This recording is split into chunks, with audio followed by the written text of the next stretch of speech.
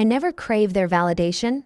At least, that's what I told myself as I stood in my corner office, gazing out over the Seattle skyline. The gentle buzz of the city filtering through the glass walls. An email pulsed on my screen. It was from my younger sister. Dad lost his job. Mom's medical bills are drowning us. I know you've got your own expenses, but if you can help at all. A laugh slipped out of me, brittle and humorless. If only they knew. 12 years ago, when I was just 16, I stood in the cramped living room of our townhouse in Tucson, Arizona. My acceptance letter to the Rhode Island School of Design sat on the coffee table, and my father's face was thundercloud dark. Alted art? That's not a real career, Nadia. He waved the letter like it was infected. You're going to waste your life chasing nonsense. Grow up. My mother hovered near the window, silent and faded. She rarely spoke up when he exploded, instead folding into herself, leaving me alone to weather the storm. I've got a partial scholarship, I murmured, and I've saved from tutoring and summer jobs. It's enough. No. You're going into engineering like your sister. End of discussion. But for the first time, it wasn't. No. That single word cracked something open in both of us. His face flushed, fists clenched at his sides. Then get out?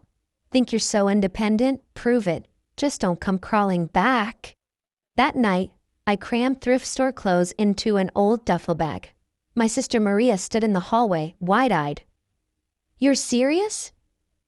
Have to be. I can't keep living a life that isn't mine. As I zipped up my bag, Mom slipped in quietly. She didn't say much. She never did. But she pressed a small object into my palm. A faded velvet pouch. Your Aunt Sophia wanted you to have this when the time was right. I think that time's now. Inside was a delicate silver pendant and a tiny folded note, taped to a small brass key. A safety deposit box. I read the letter later that night, holed up in a cheap motel outside Phoenix. Nadia, if you're reading this, you've taken the first step toward becoming who you were born to be. I'm proud of you already. And in that moment, I knew I'd never return. Not to beg. Not to justify. Only to build. Always knew you would. That was the first line of Aunt Sophia's second letter. The key unlocks box 132 at Puget Sound Credit Union. Open it when you're ready. Inside, you'll find what you need to begin. And remember, true art isn't just about creating beauty. It's about finding value where others see nothing. With all my love, Aunt Sophia. The next morning, I stepped into Puget Sound Credit Union, my fingers trembling as I handed over my ID. The safety deposit box wasn't large, but what lay inside seemed impossibly vast. A few pieces of antique silver jewelry, stacks of neatly bound documents, and a letter, addressed to me in Sophia's looping script. The note unraveled a secret. Aunt Sophia hadn't just been a hobbyist who collected pretty trinkets. She'd been a serious antique dealer in the 1940s, quietly building a hidden legacy. The silver pieces? They weren't cheap souvenirs. They were genuine Art Nouveau and early Art Deco designs, rare and exquisite. And they'd been carefully passed down, one quiet generation after another. Take these to Marco DeLuca at Rain City Antiques. He'll know their true worth. My knees nearly gave out when Marco finished his appraisal. The pieces in the box were valued at over $430,000. 0 cents. But that number wasn't the most life-changing part. Marco tilted his head and studied me. You have the eye for detail most people never develop. Ever thought of learning the trade? That was the spark. Marco took me under his wing, teaching me everything. How to authenticate metals and stones, how to read provenance documents, how to negotiate in hushed tones at auctions, and how to spot hidden treasures buried in dusty estate sales. I was hooked. By 19, I'd launched a small online store for vintage jewelry. By 23, I opened my first brick-and-mortar boutique in Capitol Hill. Now at 26, I own a chain of private antique galleries across the West Coast with a personal net worth of over $14,600,000, 0 cents. And not a single headline printed my name. My family still believed I worked odd retail jobs or rented a tiny studio apartment somewhere in Spokane. I preferred it that way. Low profile, quiet growth. Until that email from Maria. Dad's job is gone. Mom's drowning in hospital bills. Could you help? Even just a little? I stared at the message, then picked up my phone. Hey Maria, bring Mom and Dad to my office tomorrow. Your office? Like the consignment shop you used to help out at? No, my real office. Rainier Tower, I'll text the address. Maria laughed uncertainly. We'll see. Rainier Tower? You can't just walk in there pretending. I smiled, glancing at the sweeping city views outside my windows. I bought Rainier Tower outright last spring. Trust me, Maria. They'll let me in. Just be there. 9 a.m. And Maria, tell Mom and Dad to bring every page of their mortgage paperwork. Absolutito infacile. The next morning, I stood at the window of my office, top floor of Rainier Tower, watching as my family's weathered blue SUV pulled into the private entrance below. Even 30 stories up, I could sense the uncertainty in their movements as a uniformed security guard stepped forward, guiding them past the main lobby to the executive elevator reserved for only a handful of occupants. A gentle chime from the intercom broke my focus. Ms. Rousseau, your family has arrived, my assistant said. Send them in, I replied, my voice calm as I turned from the window to face the door. The moment they crossed the threshold, I saw the shock ripple through them. Dad froze in the center of the sleek office, eyes darting over the polished walnut floors and floor-to-ceiling windows, framing a sunlit Seattle skyline. Mom clung to the doorframe, her gaze sweeping across the space in stunned silence. Maria stood stiffly behind them, blinking rapidly, as if trying to erase the scene by sheer willpower. They'd come expecting a cramped consignment shop, a shared workspace at best, not a high-ceilinged gallery office hybrid adorned with rare Art Nouveau sculptures and glass cases showcasing antique silver and precious gems, not a custom-designed rosewood desk, once part of a Rockefeller estate, and certainly not this panoramic view of Seattle, sprawling beneath me like a quiet triumph. Nadia? Mom whispered, voice trembling. What is all this? I gave her a gentle smile. This is my office. Welcome to Rousseau Fine Art and Antiquities. My father's expression darkened, cycling from confusion to indignation to rage in seconds. No, he barked, stabbing a finger in my direction. You work retail? You live in a tiny apartment? He scoffed. I've seen you post pictures of cheap dinners and laundromats. I stepped closer to a glass case and tapped lightly on the surface, indicating a delicate Art Deco brooch I'd once purchased for just $700, 0 cents. Actually, I'm the CEO and founder of the largest private antique brokerage on the West Coast. Those posts, they were stage, carefully curated fiction. Maria's mouth fell open, but no words emerged. The Rainier Tower, she finally stammered. Belongs to me, I finished softly. Technically, the property was under the firm's name, but since I owned the firm, it was mine all the same. That's when Dad exploded. You kept this from us? We're your family? Secretly, what? What? I cut him off. Secretly succeeding. Building something real. Proving you wrong. I walked back to my desk, sat down and nodded toward the folder clutched in his hand. Now, let's talk about your mortgage. A heavy silence filled the room. Dad's anger evaporated into stunned quiet. Mom reached out, fingertips tracing the polished edge of my desk, searching for proof this wasn't some impossible dream. And if you think that conversation was intense, just wait until you hear what I told them next. Stay tuned. There's more to how I turned silence into power. Maria just stood there, lips parted, staring at the original Chihuly sculpture shimmering beside my espresso station.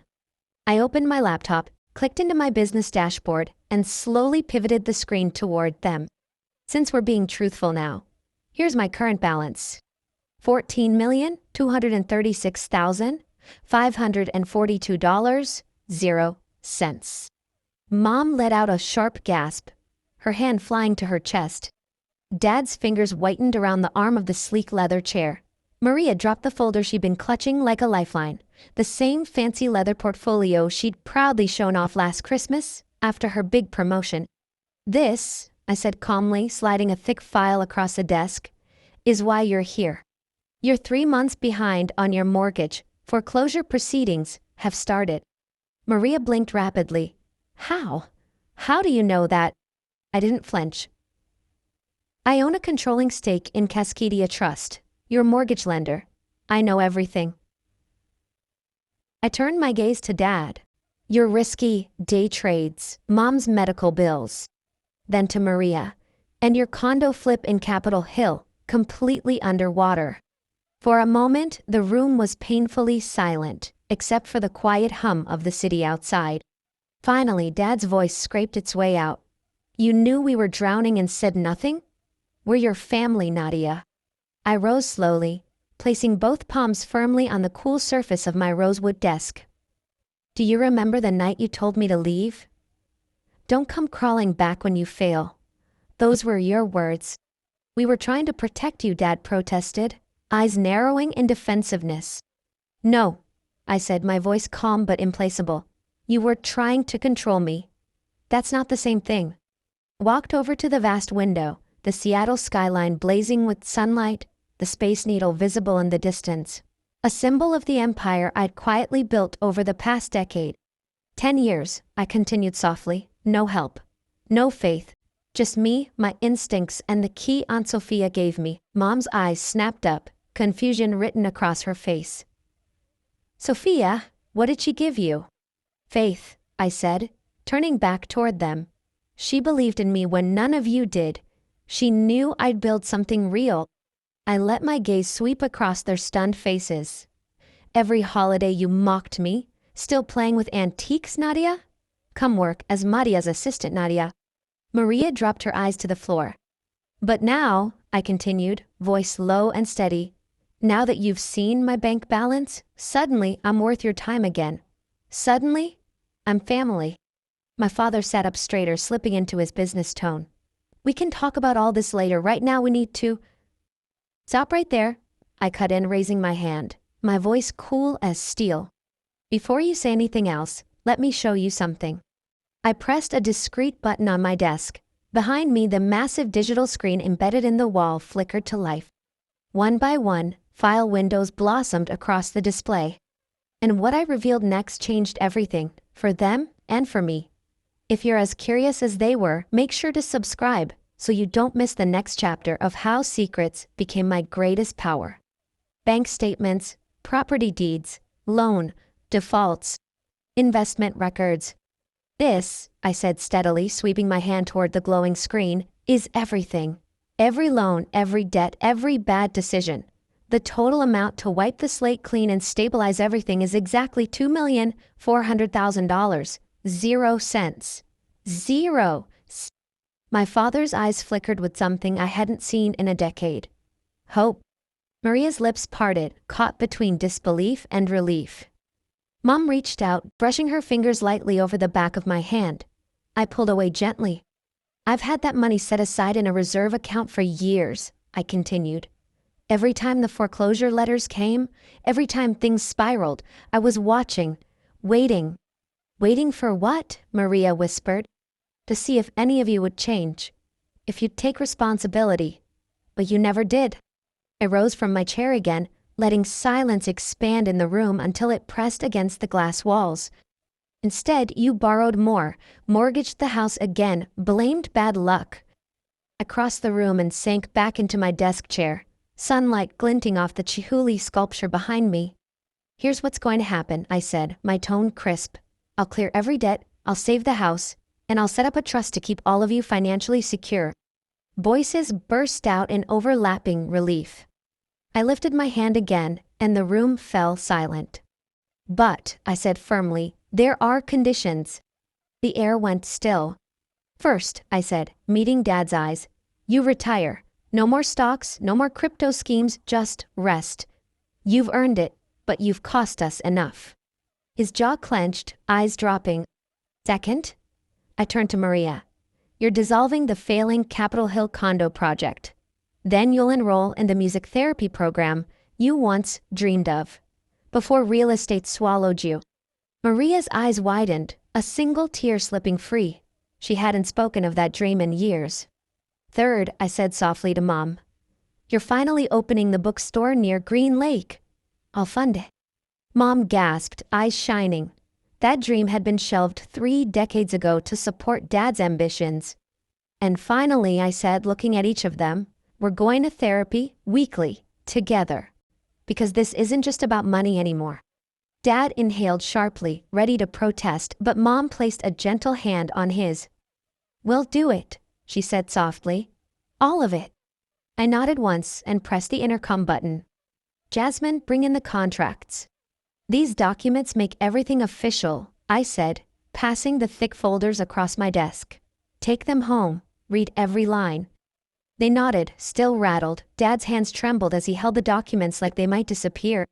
As they turned to leave, I spoke once more, voice soft but unwavering. And Dad, that thing you said 10 years ago about me calling when I failed? He turned, his face tangled with guilt, pride, and regret. I never failed, I said quietly. I just succeeded without you. They left without another word, the silence trailing behind them like a shadow. I stood at the window, watching their SUV merge into Seattle traffic. Moments later, Jasmine stepped in and set a cup of chamomile tea on my desk. You okay? She asked gently. I paused, thinking of those lonely nights working until dawn, the empty holidays, the moments I doubted everything. Then I thought of this. Peace. Clarity. Yeah, I said finally, a small smile tugging at my lips. I think I finally am. The next morning, they returned with signed documents, tentative smiles, and the weight of a different future hanging between us. It didn't change everything overnight. Years of silence and wounds don't disappear with a signature, but it was a start.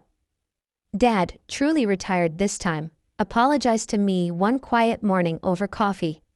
I didn't cry, but his words cracked something open. Mom opened the Violet Finch Bookshop in Fremont, a cozy place between a record store and a coffee roastery. Locals love it, so does she. Maria dissolved the condo project and enrolled in music therapy. Now she teaches at a community center in Ballard. Her laughter doesn't sound forced anymore. As for me, I kept building. But no longer in hiding. No more shrinking my wins. No more pretending to be small so others felt bigger. Because real power isn't proving people wrong. It's proving yourself right. On my desk sits Aunt Sophia's old jewelry box. Inside is the one piece I never sold. A simple gold locket, her photograph tucked inside. On the hard days, I open it and read her note again. True art isn't just about creating beauty. It's about recognizing worth where others see none. She was right. And the rarest treasure I ever discovered was my own worth. If my story resonates with you, drop a comment below. Tell me your aha moments. Share if you've ever had to walk away from those who didn't believe in you, or if you're still searching for your voice. This isn't just my story. It's for anyone who's been underestimated, dismissed, or quietly pushed aside. Let's connect. Let's build a community for builders, dreamers, the black sheep turned visionaries. I didn't share this for pity or praise. I shared it because we're often told to shrink ourselves to keep others comfortable, because ambition is labeled defiance instead of growth. My advice? Don't wait for permission to become who you're meant to be. Choose yourself, even when no one else does. For those still in the fight, keep going. The loneliness won't last forever. Your work matters. You matter. One day, when those who doubted you finally see what you've built, you won't need their validation. You'll already have your own. If you're ready to support stories like mine and others who've turned pain into power, hit that subscribe button. Let's keep telling stories that matter. And if you're harboring dreams you haven't spoken aloud yet, let this be your sign. You don't need their approval, you just need to start.